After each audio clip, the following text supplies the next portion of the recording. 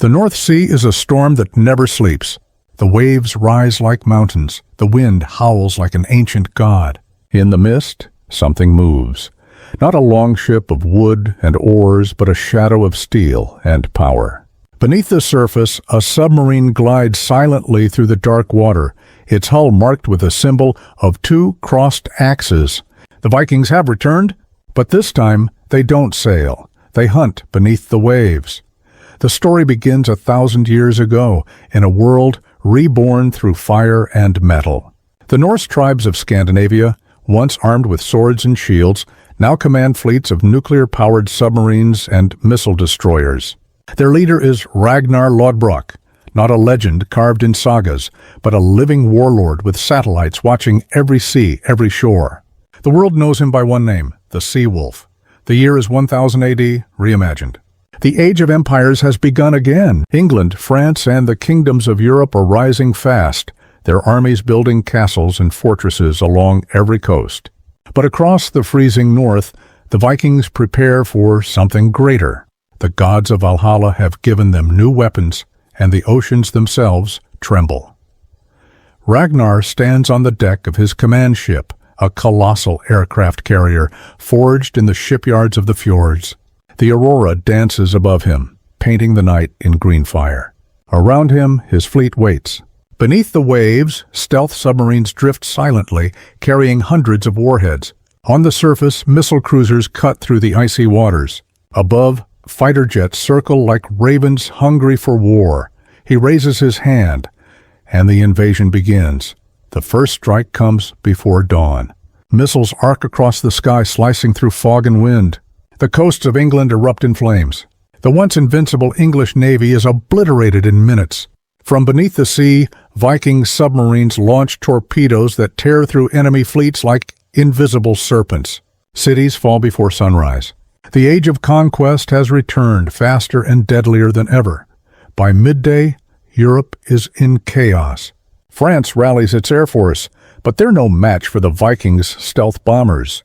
Every fortress, every port city, gone. The Vikings don't fight for gold this time. They fight for domination of the oceans. They are no longer raiders. They are rulers of the deep. Ragnar's fleet pushes south toward the Mediterranean, their submarines striking silently from below. Nations fall without even knowing what hit them.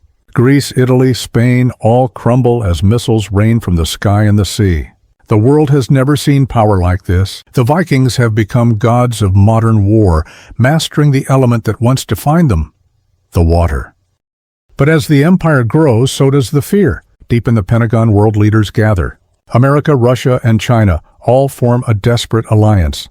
The Vikings have control of the North Atlantic, and their nuclear submarines are capable of striking anywhere on Earth.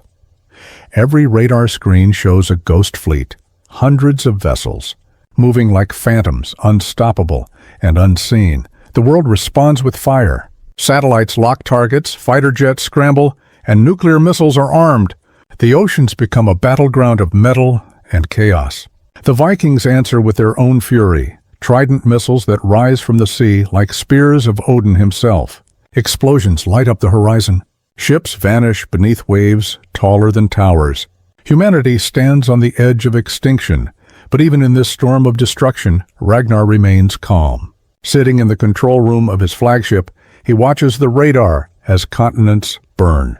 His generals ask for orders. His son, Bjorn Ironside, demands they strike the American coast next. Ragnar stays silent. He looks at the sea, the same sea that gave life to his people for centuries, and for the first time, he feels it turning against him. The water is rising. The nuclear blasts have shattered the ice caps. Storms rage without end. The seas that once carried the Vikings to victory now swallow their empire whole. Coastal cities drown. Submarines vanish in the black depths. And Ragnar understands the truth. They have awakened something older than war. The ocean doesn't serve anyone. It only endures. In a final act of defiance, Ragnar commands his last submarine fleet to dive beneath the Arctic ice. He records a single message, not for his enemies, but for those who will come after. We ruled the seas, but forgot the sea rules us all.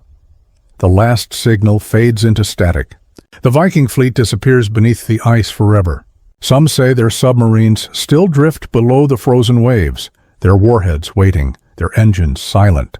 Others say the gods took them home, to Valhalla beneath the water.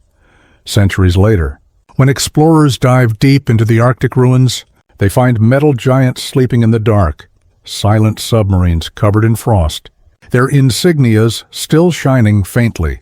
The Wolf of the North, the legend of the Vikings, lives on, not in wooden ships or ancient songs, but in the echoes of sonar and the whispers of the sea. They became what no empire could ever be, invisible, unstoppable, and eternal.